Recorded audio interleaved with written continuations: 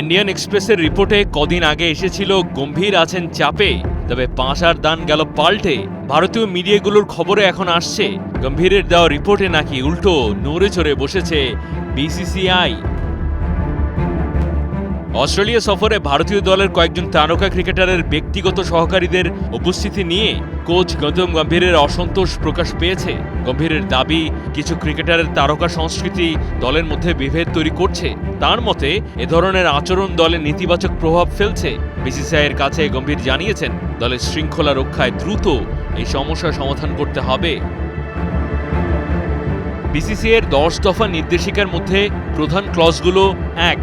দলের সঙ্গে থাকা বাধ্যতামূলক, ম্যাচ বা অনুশীলনের সময় আলাদা যাতায়াত করা যাবে না। 2. পরিবারের উপস্থিতি সীমিত, কোচ বা নির্বাচক কমিটির অনুমতি ছাড়া পরিবারের সঙ্গে সময় কাটানো যাবে না। 3.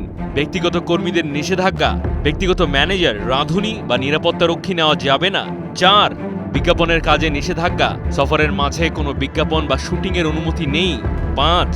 পরিবারের সময়সীমা, বিদেশ সফরে পরিবারের মেম্বাররা মাত্র 14 দিনের জন্য থাকতে পারবেন।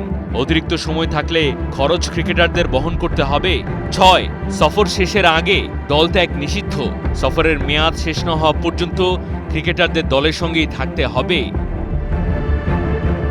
ভারতীয় মিডিয়ার বিশ্লেষণ, গম্ভীরের অভিযোগ মূলত ঋষভ পন্থ ও বিরাট কোহলির বিরুদ্ধে। গাড়ি দুর্ঘটনার পর পন্থ ব্যক্তিগত রাঁধুনিকে সঙ্গে রাখতে শুরু করেছেন, যেটা কিনা গম্ভীরের কাছে বিরক্তিকর। অন্যদিকে কোহলির স্ত্রী আনুশকা শর্মা এবং তাদের 2 সন্তানের জন্য ব্যক্তিগত নিরাপত্তা রক্ষী ও আয়া রাখার বিষয়টিও আলোচনায় উঠে এসেছে। বিসিসিআইয়ের মতে, ক্রিকেটারদের ব্যক্তিগত বিষয়গুলোকে খেলার উপর প্রভাব ফেলতে দেওয়া যাবে না।